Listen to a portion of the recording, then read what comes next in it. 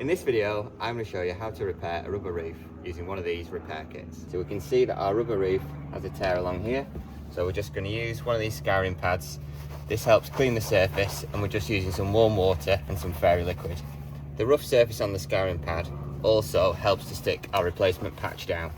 Now we're just going to dry it off. You want to mark 3 inches around your tear. This will be the distance the patch will go. So we've marked 3 inches from the top of our tear.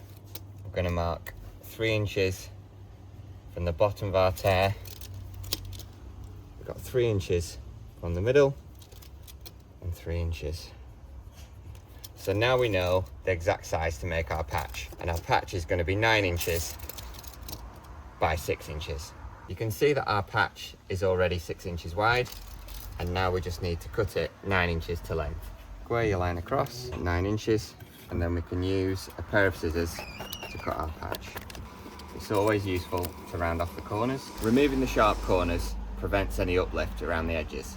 I'm just going to trim off these edges to neaten everything up, and then we can draw around our patch. The side with the plastic film is the bottom side of your patch. So we're going to flip that over, we're going to place it in between our lines, and then we're going to draw around it so we know exactly where our patch is going to sit. So now we can see exactly where our patch is going to sit. We can apply our EPDM primer. Just want to give that a little bit of a stir.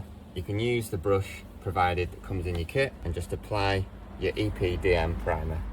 You want to make sure you go just past the lines so that your patch is held securely. You can see there that we've got plenty of primer and it just overlaps our patch. You want to wait 5 minutes for your primer to go tacky, but the rate at which this goes tacky can depend on your weather conditions. So I always like to use my finger and just see if it started to go tacky. We've left our primer for 5 minutes to go tacky, and now we're ready to apply our patch. So you always want to put this side with our plastic film down onto our roof.